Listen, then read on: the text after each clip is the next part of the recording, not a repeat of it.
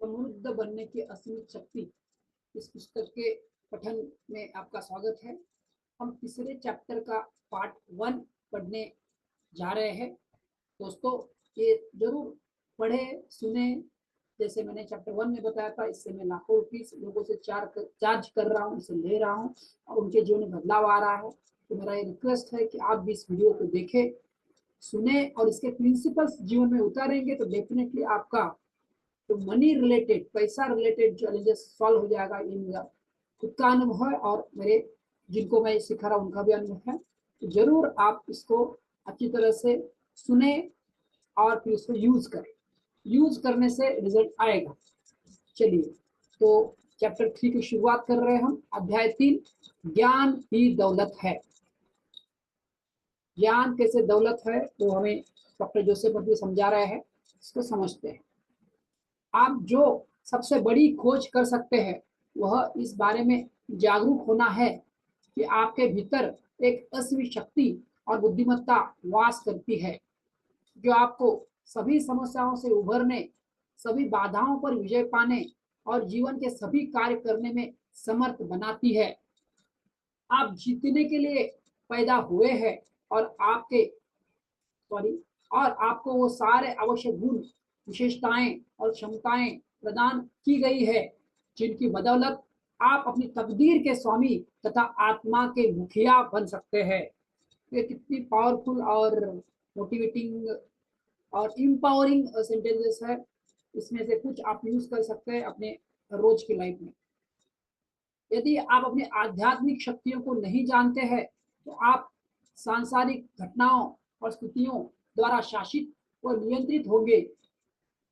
आप में आत्मालोचना की प्रवृत्ति होगी और आप आमतौर पर अपना मूल्य कम आंकेंगे। दूसरे शब्दों में, अपने ज्ञान के अभाव के कारण आप परिस्थितियों की शक्ति को कुछ ज्यादा ही मान बैठेंगे तथा आपको अपने भीतर की उन जबरदस्त शक्तियों का आभास भी नहीं होगा जो आपको ऊपर उठा सकती है और खुशहाली, स्वास्थ्य, स्वतंत्रता व आनंद के राजमार्ग पर पहुंचा सकती है। हाँ दोस्तों, मैं ये अनुभव करता हूँ, मैंने खुद भी अनुभव किया है। अगर हमें आध्यात्मिक शक्तियों की जानकारी नहीं है तो डेफिनेटली हम जो संसार में जो चैलेंजेस आते हैं, जो परिस्थितियां आती है, उसमें अटक जाते हैं और हमें क्या करने समझ में नहीं आता है। मेरे पास भी लोग आते हैं तो उसी में फंसे रहते हैं, तो मैं उनको गाइड करता हूँ किताब पढ़ो तो डेफिनेटली आप इससे बाहर आ जाओगे। इंपॉर्टेंट ये है किताब को पढ़ के उसको इम्प्लीमेंट करना, उसको जीना। पढ़ने के साथ इम्प्लीमेंटेशन का पार्ट बहुत इंपॉर्टेंट है। चलिए आगे पढ़ते हैं। तो ये राजमार्ग खुशहाली, स्वास्थ्य, स्वतंत्रता और आनंद के राजमार्ग पर हमें पहुंचा सकती है। अभी जोसेफ ने बहुत अच्छी तरह से एग्जाम्पल दिया है, जो जानकारी प्रिंसिपल्स हमें बताते हैं उसकी लोगों के साथ रियल लाइफ स्टोरीज है दोस्तों। अपने ज्ञान से उसे कैसे लाभ हुआ, एक व्यक्ति की स्टोरी बता रहे हैं हमें। यूनान में एथेंस के पास डेल्फी का मशहूर मंदिर है। अगस्त 1965 में वहां की यात्रा के दौरान महिला गाइड से मेरी बातचीत हुई। वो अंग्रेजी, फ्रेंच और जर्मन भाषाएं फर्राटे से बोलती थी। इस बात से हमारे समूह की एक पर्यटक इतनी प्रभावित हुई कि उसने उसके सामने फ्रांस तथा जर्मनी के सफर में साथ रहने का प्रस्ताव रखा और न्यूयॉर्क सिटी में अपने 3 बच्चों की गवर्नेंस भी बना दिया। तनख्वाह $400 प्रति माह थी। इसके अलावा रहने खाने की व्यवस्था घर में ही होने के कारण मुफ्त ही थी। गाइड ने मुझे बताया कि उसकी वर्तमान तनख्वाह 100 ड्रेक्मा प्रतिदिन यानी लगभग $3 थी। मतलब हमारे इंडिया के हिसाब से अभी 80 रुपीज पकड़ा तो 8 के 24, 240। उसने कहा कि यह अवसर किसी बड़े सपने की तरह था, क्योंकि वो कई सालों से अमेरिका जाना चाहती थी और अब इस प्रस्ताव से उसका सपना साकार हो गया। इस युवती के बारे में रोचक बात यह थी कि वो हर दिन पूरे जोश से मदर मेरी से ज्यादा पैसों और अमेरिका यात्रा के लिए प्रार्थना करती थी। ये उसको क्यों मिला, इसका उपाय उसने क्या किया ये बताया है। तो युवती क्या करती थी, रोचक बात यह थी तो हर दिन पूरे जोश में मदर मेरी से ज्यादा पैसा और अमेरिका यात्रा के लिए प्रार्थना करती थी। बेशक उसका पूर्ण विश्वास उसके अवचेतन मन में बीज बोने में सफल हो गया। उसी का नतीजा था कि उसके सामने यह असाधारण प्रस्ताव रखा गया। पैरासेल्सस ने कहा था, जिस चीज पर आपकी आस्था है, चाहे सच्ची हो या झूठी, परिणाम आपको एक जैसे ही मिलेंगे। पैरासेल्सस एक बहुत बड़े लीडर हो गए। उन्होंने क्या कहा था, जिस चीज पर आपकी आस्था है वो सच्ची या झूठी, आपको परिणाम वैसे ही मिलेंगे जैसे इस लेडी को मिला। तो आपका विश्वास है वैसे आपको मिलेगा, जिस तरह की आपकी आस्था वैसे मिलेगा। भविष्य दृष्टि की दौलत। मैं इंग्लैंड, जर्मनी, आयरलैंड और यूनान के एक लेक्चर के ऊपर गया, जिसमें हर देश में कुछ दिनों की छुट्टियां मनाने की सुविधा भी थी। पार्क आयरलैंड में मैंने एक युवा वाइन सेल्समैन और उसकी आकर्षक पत्नी के यहाँ डिनर किया। वो लगभग 24 साल का था। उसने मुझे बताया कि उसने एक सपना देखा था कि वो अपनी कंपनी का सबसे अग्रणी वाइन सेल्समैन बन चुका है, और हाल ही में उसका ये सपना साकार हो गया। कैसे हो गया, वो बता रहे हैं। उसे डबलिन के मुख्यालय में आमंत्रित किया गया। वहां एक औपचारिक समारोह में उसे सोने की नक्शाली वाली घड़ी भेंट की गई, और उसकी तनख्वाह भी बहुत ज्यादा बढ़ गई। लगातार 3 वर्षों से वह बिक्री में प्रथम स्थान पर आ रहा है।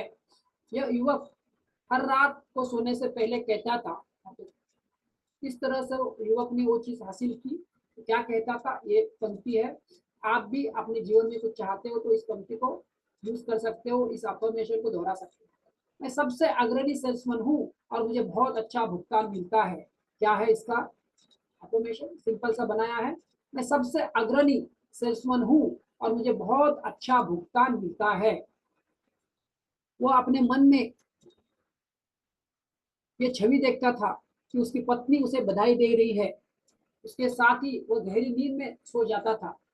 वह मेरी पुस्तक the power of the subconscious mind का बड़ा उत्सुक पाठक था।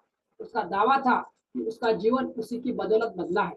तो एक वो अफर्मेशन बोलता था और दूसरा सोचने जाने के पहले वो ये देखता था, मैंने अंडरलाइन किया है, एक छवि देखता था कि उसकी पत्नी उसे बधाई दे रही है। दो मेनली, मतलब वो अफर्मेशन बोलता था और विजुअलाइजेशन करता था, भाव में चला जाता था कि उसकी पत्नी उसको बधाई दे रही है। ये युवक मेरा रिश्तेदार है। उसने मन में किसी के उसके मन में किसी के साथ प्रतिस्पर्धा करने का कोई विचार नहीं था। वह अवचेतन मन में सबसे अग्रणी सेल्समैन, क्या है, सबसे अग्रणी सेल्समैन के विचार का बीज बोने में सफल हो गया, और उसके अधिक गहरे मस्तिष्क ने, जो हमेशा प्रतिक्रिया करता है, अपने अनूठे और असाधारण तरीकों से प्रतिक्रिया की। उसके इसके अनंत तरीके अजूब है। अवचेतन मन के अनंत तरीके अजूब है, ज्ञान द्वार खोल देता है। यूनान में अपोलो के मंदिर की यात्रा के दौरान मुझे एक यूनानी युवती दिखी जो अपनी बाह में एक पुस्तक दबाए थी।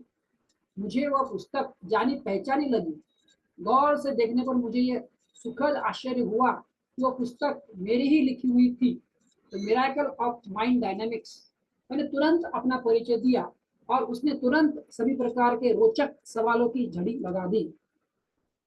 उसकी प्रमुख समस्या यह थी कि वह अमेरिका में बसना चाहती थी, लेकिन एथेंस के अमेरिकी दूतावास में उसे बताया गया कि प्रतीक्षा सूची बहुत लंबी है, इतनी लंबी कि उसे वहां जाने में कई साल लग जाएंगे। उसने मुझे कहा, आपने इस पुस्तक में जो तकनीकें बताई है, मैं उनका इस्तेमाल कर रही हूँ। मुझे अपनी सारी प्रार्थनाओं का फल भी मिल गया है। सिर्फ एक ही प्रार्थना पूरी नहीं हो पाई है, अमेरिका जाकर रहने की अनुमति मिलना। वह सुनियोजित और नियमित रूप से ये कथन विश्वास पूर्वक दोहरा रही थी। असीमित प्रज्ञा दैविक उपस्थिति में सॉरी असीमित प्रज्ञा दैवीय व्यवस्था में मेरे अमेरिकी अप्रवास की राह खोल रहा है। जब मनुष्य कहता है कोई रास्ता नहीं है, तो ईश्वर कहता है कि रास्ता है, और मैं अब उस रास्ते को स्वीकार करती हूँ। मनुष्य क्या कहता है और ईश्वर क्या कहता है, ये बहुत अच्छी पंक्ति है। इसको एक बार फिर से पढ़ रहा हूँ, आप भी इसको यूज करना है। जब मनुष्य कहता है कोई रास्ता नहीं है, तो ईश्वर कहता है कि रास्ता है, और मैं अब उस रास्ते को स्वीकार करती हूँ। हमें खुद ही खुद मन में ये बोलना है।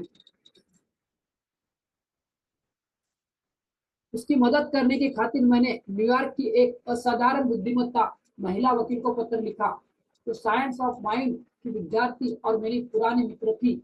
मैंने उसे बताया कि इस यूनानी लड़की की बहन न्यूयॉर्क में व्यवसायी है और कई सालों से वहां रह रही है। वह बीमार है और चाहती है कि उसकी बहन यूनान से आकर व्यवसाय संभालने में उसकी मदद करे। उस वकील ने लगभग तुरंत ही कार्य शुरू कर दिया और यूनान में the miracle of mind dynamics की युवा विद्यार्थी को पत्र लिखकर बताया कि वह अमेरिका में प्रवेश सुनिश्चित करने के लिए कौन से कानूनी कदम उठा सकती है। यह अध्याय लिखते वक्त मुझे एथेंस की उस युवती का पत्र मिला जिसने लिखा था, आपसे होने वाली मुलाकात यूं ही नहीं हुई थी। जब मैंने आपको पादरी की पोशाक में देखा और आपको बोलते सुना तो मैं जान गई कि आप अमेरिका के पादरी हैं। मैं यह भी जानती थी कि आप मुझसे बात करेंगे और आपके पास मेरे सवाल का कोई ना कोई जवाब होगा। मैं तो केवल एक निमित्त मात्र था जिसके माध्यम से उसके अवचेतन की अस्मित प्रज्ञा ने उसकी सतत और लगनशील इच्छा का जवाब दिया। तो ये बहुत इंपॉर्टेंट पंक्ति है दोस्तों। जोसेफ मर्फी उस लड़की से मिले, उन्होंने बताया और उसका काम हो गया। बट ये बता रहे कि वो लड़की बार बार बोल रही थी मुझे अमेरिका जाना है, तो उसके असीमित प्रज्ञा ने उसकी सतत और लगनशील इच्छा, ये दो शब्द बहुत इंपॉर्टेंट है, सतत और लगनशील इच्छा। हम जो भी चाहते हैं हमें वो सतत और लगनशील रहना पड़ेगा। तो कुछ लोग मेरे पास आते हैं, वो आके फिर वो कुछ समय के लिए करते हैं और बाद में छोड़ देते हैं, तो उनको परिणाम नहीं मिलता। तो निरंतरता, सतत और लगन लगन रहते हैं तो उनको जो चाहिए वो मिलता ही है। वह कभी नहीं डगमगाई, कभी नहीं लड़खड़ाई और उसने अपनी इच्छा के साकार होने की संभावना पर कभी प्रश्न भी नहीं किया। ये बहुत इंपॉर्टेंट है। कभी ना डगमगाई, ना लड़खड़ाई, ना साकार होने की संभावना पे कभी प्रश्न नहीं आया। वह तो बस जानती थी कि एक जवाब था। उसका लगनशील और संकल्प की वजह से उसे फायदा हुआ। उसकी प्रार्थना के जवाब में पहला कदम तो यह था कि एक एयरलाइंस होस्टेस ने उसे the miracle of mind dynamics की एक प्रति उपहार में देते हुए कहा, इससे तुम्हारी अंग्रेजी काफी सुधर जाएगी और अगर तुम इसका सही इस्तेमाल करोगी तो यकीनन अमेरिका पहुंच जाओगी।